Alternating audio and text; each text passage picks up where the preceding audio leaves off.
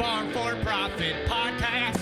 Take a listen, have a blast. Farm4Profit Podcast. Learn about farming while having a laugh. Farm4Profit Podcast. And listeners, welcome back to a What's Working in Ag segment. This is Corey. And this is David. And we left Tanner out of this one on purpose, just so we could make fun of it. Yes, we did. So we are down here in Johnston, Iowa at the Corteva Media Day. It's middle of July here. We just got to look at what do we get to look at, Dave? We looked at all kind of Corteva products, new cornfield products that they have that are out there, corn and beans, and also herbicides, and quite a day. And some biologicals, and even got into some pasture and rangeland. Pasture management. Yep. Yeah. So this is What's Working in Ag segment, and we are back with Dr. Eric Scherder from, been on twice or three times now? Yeah, be the third. Third time. Doctor. Yeah. So you were integral part of this field day for us. What were you presenting on out there? So today I kind of talked about really, and what's been exciting for me, folks, in my role, I get to see all our new products launched. And we've launched a ton of products since September. You know, Resicor Rev, Cairo for corn, Kyber Pro, Sonic Boom, and Versa for soybeans. You know, and when you think about what we all live this spring, those are the type of products that will bring a lot of flexibility, give you some more time out there.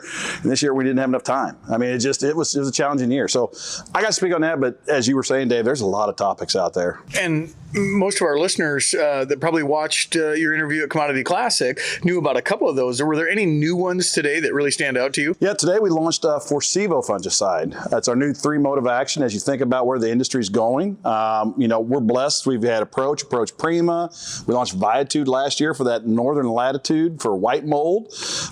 Bringing Forcevo, the 3 mode of action product there, gives us an opportunity for some new blue ocean, a new way to bring out some modes of action that's underutilized out there in the industry. And Corey, I heard somebody out in the field talking just with the weather conditions that we have right now. You know, the corn's putting off a lot of moisture. It's hot. It's not crazy hot, but that might be a breeding environment that you know more about for bugs, and maybe we need that fungicide. Well, bugs, disease, all that. It's called the disease triangle, if I'm right. Am I right on that? Yep. And so the environment is there for disease. For sure. Right? For sure. So it's also a good pollination time, correct? This is exactly, we're getting right into pollination now, and it's very important to protect the plant, right? Well, when you think about, like, you know, and everybody's, again, the weather's been very sporadic. I mean, we like this week here in Johnston, we had 2.5, 3 inches, and 30 miles north, we got a 10th. Yep. So at the end of the day, though, we have a really high yield potential right now for a lot of our crops. So we got to try to protect that investment, protect that ROI, try to get the most bushels we can per acre. So fungicide's always fun to talk about, but we actually really want to talk about Enlist today. That's the biggest one. What I heard out there, a lot of farmers have gotten used to the Enlist program, especially on the soybean side. But what I heard you guys talk about today was Enlist on corn. Correct. So what's going on there? So, you know, when you think about, just kind of recap for your audience, E3 soybeans, approximately 65% of the market last year. It's going to grow a little bit again this year. 80% approximately spray rate. So when growers are buying E3 soybeans, they want to spray the herbicide. They need that weed control. And they keep reaching for it year after year after year. They've seen the benefit of it.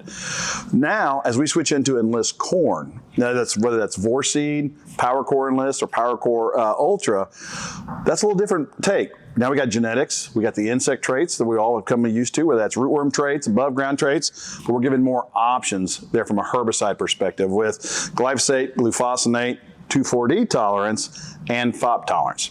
Now, do you have to use all of them? No. But it's kind of like a toolbox. The more tools I have in my toolbox, the better off I am when I get into a bind. I've got more options. And that's what we're really bringing with those technologies in corn. So explain the Vorseed, the PowerCores. What are we getting with each one of those packages? Yeah, so for those growers out there who maybe used to Chrome, we're really moving that into the Vorseed. So that's your below ground. That's going to give your RNA for rootworm. You're also getting that same insertion event as well that we utilize with Chrome with DP4114. So you're getting 3 modes of action below ground. You're getting 3 modes of action above ground. So that's your complete concept for total insect protection, basically insect protection across the Midwest. For PowerCore, that's kind of like that's just your above ground trait. So if you're not fighting rootworm, potential there, you're really going to probably reach for Power Core, where you're worried about your let pests above ground. When we reach for Ultra, that's really, I'm going to call it Southern U.S., Nebraska, where we start getting some of that Western bean cutworm, some of those ear-feeding pests that can sometimes show up, which are more prevalent in those parts of the world. That would just be adding in that VIP trait for those. Okay. So some of these new traits, they're going to be even more productive for the corn-on-corn guys. For sure. Yeah, well, it goes back to what we were saying, Dave, in that the more options you have, the more insurance policies you have. You know, it doesn't mean that rootworm's going to be bad this year or light this year. We never know. You got to try to plan for the worst case scenario, and that's why if you know you have a potential there, lead with the best concept, and that'd be Vorseed. And then again, with 4 herbicide modes of action there, again, gives you a lot of flexibility. You don't have to use them all. In fact, it's kind of counterintuitive. We're a chemical company saying don't spray Enlist on every corn acre. You don't need to. I mean, and even you guys know this as well. Every time we do the same thing over and over and over, that leads to resistance. But what has changed in corn is this. When you think about where we were 10 years ago, did we spray a lot of dicamba in corn? Not a lot, no. Not much. No. Not much. But we're starting to see, HPPDs. We're starting to see they get some resistance there. We're starting to see glyphosate resistance. So I've asked growers every year out in that plot out there, how many of you like spraying dicamba in your corn? Raise your hand. You know how many people ever raise their hand? Zero. So why do they do it? Because they need the weed control. But you're also worried about brittle snap, if they have a wind event like we had last night and all those things, it makes you uneasy. Those are the acres we're saying, okay, hey, use Enlist on those acres. You don't have to worry about the brittle snap or the auxin-induced brittle snap. Also, the other thing to think about, approximately 7 out of 10 fields around you are Enlist E3 soybeans. It makes a whole lot of sense to have a neighbor-friendly weed control and we're using the older clarities, the Banvilles, the Sterling Blues, the stuff that we know can get up and walk. And we're not using the TTIs, we're using XR nozzles to fog it in there. Those are all the things that lead to off-target movement onto your field or a neighbor's field. So that's how we're really approaching that weed control there for Enlist corn. Never thought about that, Corey. Just being neighborly. If it helps, if you have soybeans next to you with your neighbor, and then you're planting corn on your side, then it might be. Oh, it's a big deal. Several years ago, the drift was very bad from the dicamba side of things onto Enlist or non-dicamba beans. It was a big deal, and I don't think a lot of it went to yield, but man, it was visually bad. Yeah, and that's not a knock on the door you want from your neighbor. No. And let's be honest. I've never met a grower that's intentionally ever tried to drift on the neighbor. It's like this year. You either got rainfall events, you're fighting wind, you're fighting the weather. We have a limited window, and we're trying to get as much as we can done in that limited window. And unfortunately, sometimes we get bit. Just need more Enlist signs out there, Corey. Then you know what your neighbor has. Then you know what you need to do. I found it interesting. We were walking out to our first stop at the field day here, and I said, "Oh, is that short-statured corn or reduced statured corn right next to some others?" And you said, no, that corn was non-Enlist sprayed with Enlist. So 2,4-D doesn't kill corn, but it definitely affected it. Well, and it's hard to believe, but 2,4-D back in the 50s, that actually revolutionized the corn market. You start talking, I've had the privilege of looking at newspapers from the 50s or 60s where they were taking galvanized pipe and corn stalks or corn cobs and making slits, and they were spraying 2,4-D out in their corn. They went from 25 bushel to 50 bushel. I mean, that's a big difference back in those days. But the challenge is we can only spray up to about 8 inches on non-Enlist corn. So we've never utilized 2,4-D, relatively speaking, for corn.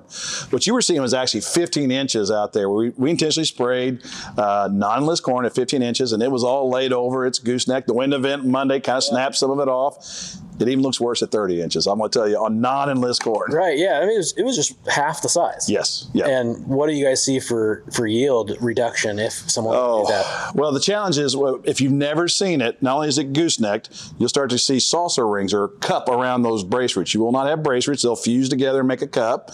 And on top of that, if you don't have the brace roots, now you're going to start to really rock that plant back and forth, and your yield can be half. It could be really bad. So we're right in crop scouting season right now. We're all out there trying to make sense of what's going on. Say we see some of this stuff. What do you advise us to do? Do we make plans for next year? Do we get with our agronomist, talk, hey, maybe we should have used this product instead of that product? Where are we at with that? What's the advice? What I tell, especially this time of year, because we're just about done with, corn's probably done. We've already probably laid corn to the side. We're done with spraying corn. We might have some late bean sprays going on. Right now is a good time to start rating your weed control. Field by field. field. I mean, literally, go give it an A, B, C, D, or an F. And you're not trying to be critical of yourself, but you're using that as a tool to figure out what worked, what didn't work.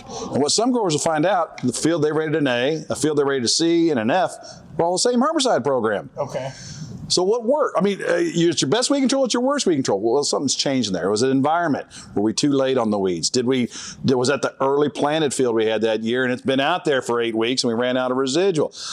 It's just to get you to stop and think, Dave, when you think next year, as you're planning through that, hey, maybe I need to up my rate on my pre-emerge on my early planted beans. Maybe I need to try to get out there a little bit earlier next year on my post application. Better put that pontoon away. We're going to get back out and check the field. Leave the lake, get back to your fields. And the other thing, too, is that last trip across fields combine, that's a great opportunity where some bad areas are. You know, we all see it. You know, once beans start dropping leaves, you start going, where did all these weeds come from? Hey, take a note of it. I mean, we'll see it's hard to see on the yield monitor, but just kind of take some mental notes, take a scrapbook, keep it in the combine. That gives you a good tool as you're going through that November, January, February timeframe. Last thing I want to touch on is Vorseed is something I wish I would have had the year after the derecho, and it goes back to the FOP tolerance. Talk a little bit about that. I mean, it's a 1-year deal, right? But talk a little bit about that tool. So, well, it's actually more than just on a corn-on-corn situation. When you're down south, we get into glyphosate-resistant grasses, and we know glyphosate's an excellent grass product. But at the end of the day, we know it's going to happen sooner or later. It's just a matter of time, evolution. So what it also gives us is that crop rotation. And yes, you're right. The year we had derecho, we sold out of all our Enlist corn the next day because we were able to go in with a Sure 2 and spray directly over the top, up at the V6 and take out all our volunteer corn. Makes it very good. Now, the next question you're going to say is, well, man, if I can spray a Sure 2 on my Enlist corn, how am I going to knock Enlist corn out of my beans? Yeah. Well, they're only tolerant to the FOP chemistry, the Assure 2. They're not tolerant to the DIM, so Select Max. So I can still use Select, go out of my soybeans, spray Select Max, glyphosate, whatever the program, knock out my Enlist volunteers in my soybean crop just fine. Yeah. Well, is this all available coming in this 2026 season when I'm making my seed decisions? Oh, absolutely. Yes. We're seeing, you know, with any new trait integration into any organization, you're seeing it not only from us, but also many licensees out there.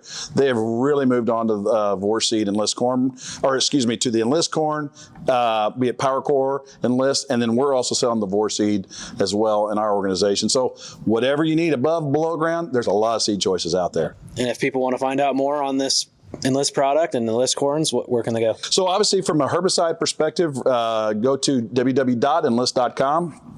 A ton of information there, resources, tech guides, bulletins, previous webinars. You know, when you get a little tired in the winter and you want to see, kind of brush up on stuff, go watch an old webinar on some of the traits and how do we manage this, or reach out to your local seed rep. That's probably, you always got to start off with the highest yielding genetics, place them correctly with the traits, and then we can move from there. Well, I just want to say thanks for having Farm4Profit Podcast out here to the Field Day 2025 at the Media Day, and it was a learning experience. It was great. Absolutely. Absolutely. Anytime. And that's what's working in ag. And that is what's working in ag.